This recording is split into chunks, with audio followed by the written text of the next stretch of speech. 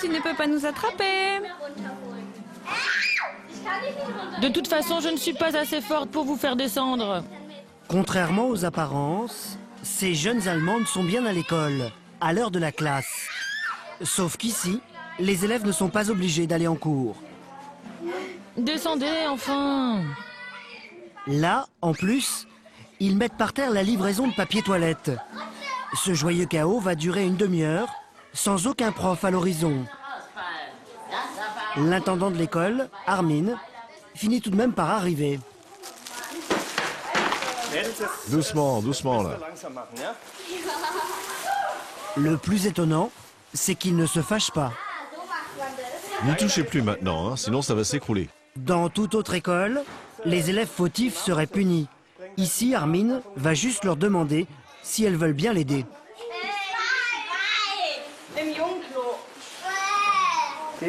Vous voulez pas emmener ça jusqu'aux toilettes? Bon, d'accord. Je t'aide. Prends devant, je vais derrière. C'est une école où les enfants font ce qu'ils veulent, et ce n'est pas une utopie. Le concept a été inventé par David Gribble, un professeur britannique. Selon lui, les écoles classiques ressembleraient trop à des prisons. Elles empêcheraient les enfants de s'épanouir. Il faut donc créer des établissements où tout est permis. À Fribourg, en Allemagne, cette idée un peu folle a séduit un groupe d'enseignants babacool. Il y a 15 ans, au milieu de ce parc, ils ont créé la Cabriole, une école où les élèves ont tous les droits. Au début, c'était un établissement clandestin. Aujourd'hui, cette école rassemble 140 élèves du primaire et du collège. Elle est reconnue par l'État et refuse même des candidats. Pourtant, les frais de scolarité sont importants, 200 € par mois, et les règles de fonctionnement sont décidément très déroutantes. Comme tous les matins, Timon, 10 ans, est pressé d'arriver à l'école. Salut, comment tu vas? Bien et toi? Tu sais quand Anton arrive? De toute façon, il est toujours en retard. Être présent avant 8h30, c'est l'une des très rares contraintes que doivent respecter les élèves. Ici, pas de surveillant, mais un système de badge. C'est mon badge avec mon nom, Timon. Quand j'arrive, je dois retourner le badge. Quand ma photo est affichée, les professeurs et les élèves savent que je suis là. En cas d'absence, les parents doivent prévenir l'école. C'est une question de sécurité. Et même pour un simple retard, l'établissement doit être averti. Allô? École Cabriole, Timon à l'appareil. Comme l'école n'a pas de standardiste, ce sont souvent les élèves eux-mêmes qui prennent les appels. Bien sûr, ce sera fait tout de suite. C'était les parents de Manisha. Elle sera en retard, je vais prévenir un prof.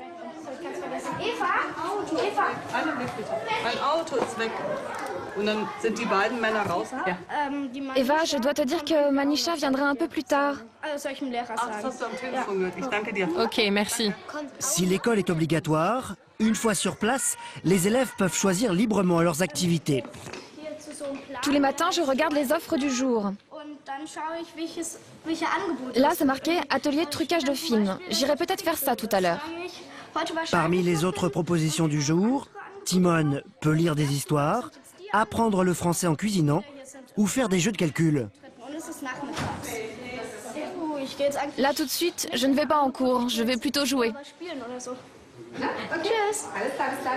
À côté de ce programme, digne d'un centre aéré, l'école propose tout de même les enseignements de base. Le mercredi, par exemple, les élèves peuvent choisir entre des cours de sciences naturelles, de mathématiques ou de littérature allemande. Tout le programme officiel est ainsi dispensé. Là encore, aucune obligation. Et pourtant, ces cours plus académiques font eux aussi le plein. Il faut d'abord aller chercher la clé. Mais aujourd'hui, avec ses deux copains, Timon a un tout autre projet, qui n'a rien de vraiment scolaire. Barbel, pourrais-tu nous donner la clé de la cave? C'est pour aller l'explorer. La cave? Oui, la cave. Sans autre question, la prof leur donne la clé. L'école leur fait confiance car elle pousse les élèves à apprendre par eux-mêmes. Ce n'est pas encore la vraie cave. La vraie cave est là-bas. Et aujourd'hui, Timon ne va pas être déçu de son excursion souterraine. On y va.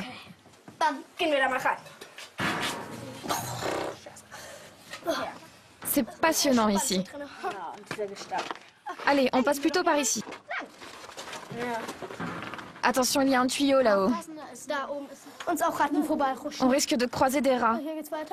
Ça, c'est un câble électrique. L'exploration prend une tournure inquiétante. J'ai entendu de l'eau qui coule, je veux sortir. En rampant ici dans la cave, je n'apprends peut-être pas les maths, mais j'apprends comment les maisons sont construites. Voir ces enfants ramper dans la cave de l'école au lieu d'étudier en classe, cela pourrait inquiéter beaucoup de parents. Ça a été le cas pour la famille de Paola.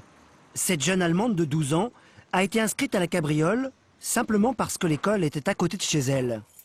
Mais les méthodes radicales de l'établissement, sa mère, une puéricultrice d'origine française, les a découvertes petit à petit. Alors, qu'est-ce qu'on mange? Ravioli et puis avec des saucisses. Car non seulement les élèves sont libres, mais il n'y a pas de notes, pas de conseil de classe. Bref, pas de moyen d'évaluer le niveau de sa fille. Tout cela l'a littéralement paniquée. Toi, tu étais inquiète. Ouais. Et comme ça, moi aussi. Je crois que je lui ai demandé un plan. Est-ce que t'as pas... On va faire un plan ensemble. Qu'est-ce que tu as comme cours dans la semaine, ou toutes ces choses qu'on doit apprendre, hein, lire, écrire, les maths, enfin, qu'est-ce que tu fais? Il y a eu beaucoup de moments d'insécurité. Ce qui a rassuré la mère de Paola, c'est qu'à la cabriole, le taux de réussite au brevet des collèges est meilleur que la moyenne nationale.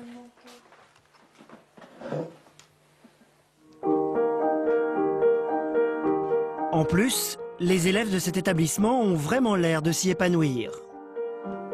Le dimanche soir, à la fin du week-end, je suis heureuse de retourner à l'école. Parce qu'à l'école, il y a toujours des tas de trucs à faire. Et si les élèves sortent de la cabriole avec un bon niveau, c'est que tout en s'amusant, ils apprennent. Par exemple, pour les plus jeunes, un cours de cuisine est aussi l'occasion, mine de rien, de s'exercer à la lecture. Prendre un mixeur, mixer les œufs, ajouter 200 ml de lait, du sucre et du sel. L'anglais, ce jour-là, y est enseigné en lisant les paroles d'une chanson de Bob Dylan. Mais surtout, il y a un prof pour 15 élèves. Et les enfants ont en permanence un enseignant à leur disposition. C'est bien pratique pour résoudre un problème de géométrie. Il faut savoir quelle est la taille des angles. Exact, il faut chercher les angles bêta et gamma. Grâce à ces méthodes, 9 élèves sur 10 vont régulièrement en cours. Mais il y a quand même quelques récalcitrants.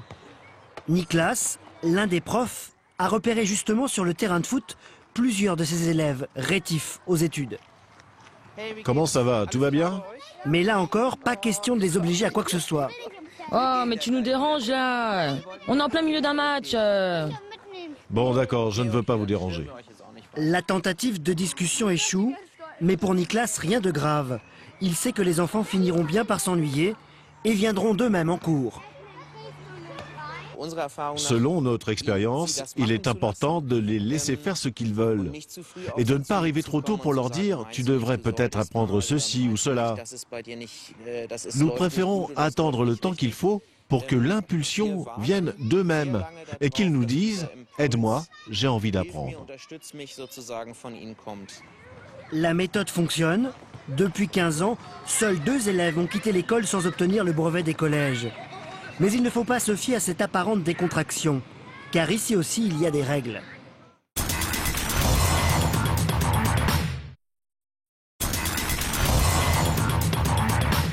Depuis 15 ans, seuls 2 élèves ont quitté l'école sans obtenir le brevet des collèges. Mais il ne faut pas se fier à cette apparente décontraction, car ici aussi il y a des règles. Et étonnamment, ce sont les enfants qui décident eux-mêmes du fonctionnement de l'école. Comme toutes les semaines, les élèves se rassemblent pour l'assemblée générale de l'établissement, sous la houlette d'un président de séance plutôt directif. Là derrière, séparez-vous tout de suite, sinon vous allez bavarder pendant toute la séance. C'est Martin, le professeur d'art plastique, qui aujourd'hui se retrouve sur le grill. Il doit défendre son budget devant une cinquantaine d'élèves qui l'attendent au tournant. J'ai besoin de 150 €. Je vais acheter de l'argile pour fabriquer des poteries. Nous n'en avons plus, ce qui nous empêche de travailler. Oui, Timon? En principe, je suis pour.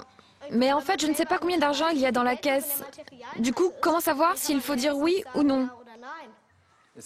Cette année, 9 000 € étaient prévus pour le matériel. Actuellement, il y a encore 2 000 € dans la caisse. Bon, d'accord. Qui est pour? 1, 2, 3, 4, 5. Bon, 30. C'est voté, tu peux faire les achats. Ok, très bien. Le pouvoir des élèves peut aller encore beaucoup plus loin, car ce sont Timon et ses camarades qui décident de l'embauche des enseignants. Il y a un an, ils ont par exemple approuvé l'arrivée de Sabine, la prof d'histoire géo. Aujourd'hui, bonne nouvelle, elle vient d'apprendre que les élèves ont renouvelé son CDD. C'était tellement bien. J'ai eu le sourire aux lèvres toute la journée, car cette décision a été prise par les élèves. C'est formidable de savoir qu'on est apprécié et que la plupart d'entre eux veulent qu'on reste. Mais ils auraient pu vous donner un CDI, non?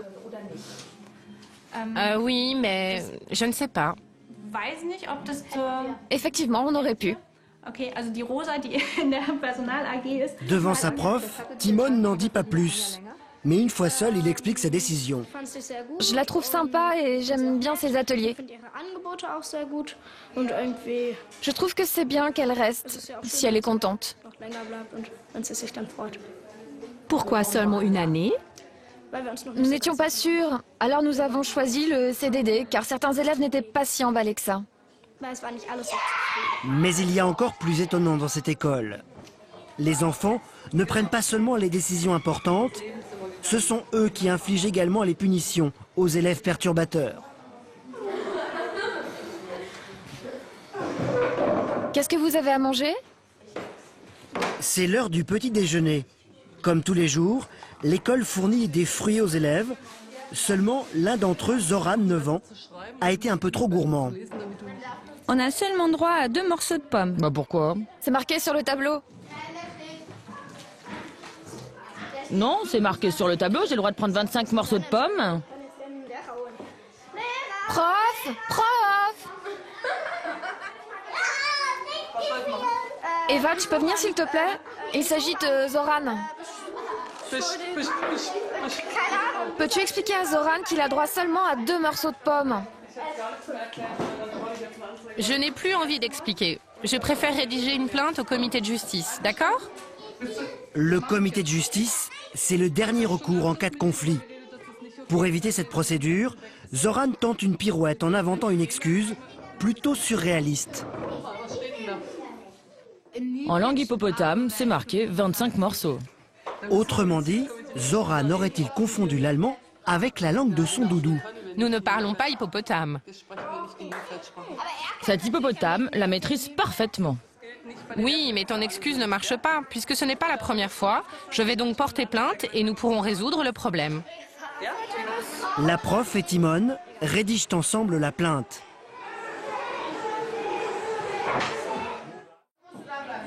Deux jours plus tard, voici le comité de justice qui se réunit 2 fois par semaine. Il est composé de 3 juges, tous des enfants volontaires. Un professeur est présent, mais uniquement en tant que conseiller. Cette semaine, pas moins de 27 plaintes sont à traiter. Et certains élèves ne sont pas du tout contents d'être sur le banc des accusés. Moi, je vais tous vous taper. Je vais m'enfermer dans les toilettes. Je n'ai rien su, moi, de la plainte. En plus, j'ai rien fait du tout. Tu veux que je te lise la plainte? Mourad a porté plainte parce que tu lui as piqué un matelas en salle de sport. Peux-tu expliquer? Je l'ai pas piqué, moi, ce matelas. J'ai rien fait du tout. Mais il est où, ce matelas stupide? Allez, vas-y, montre-le-moi. Cette plainte, c'est n'importe quoi. Je n'ai rien fait du tout. De toute façon, t'es qu'un gros rat. Enfin, Claudio, laisse Mourad s'expliquer. Il t'a également écouté. Le petit Claudio finit par se calmer et signe le document du comité. Il s'engage à ne plus jamais chipper de matelas. Puis vient le tour de Zoran et la fameuse affaire des pommes. Alors nous étions dans la cuisine. Zoran a pris 5 morceaux de pommes au lieu de 2. J'étais témoin. Puis il y a eu une longue discussion. Zoran a dit que sur le tableau, il était marqué 25 morceaux en langue hippopotame. Zoran, tu peux dire quelque chose? Bah, effectivement, moi, je l'ai lu en langue hippopotame. Enfin, Zoran, nous vivons ici dans une école qui est fréquentée par des humains et non par des hippopotames.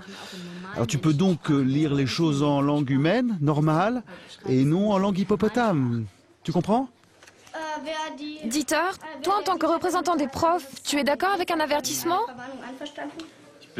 Je suis d'accord avec un avertissement, mais je souhaite aussi que la prochaine fois, Zoran ne puisse plus utiliser la langue hippopotame comme excuse. Zoran est un peu surpris par la clémence des juges.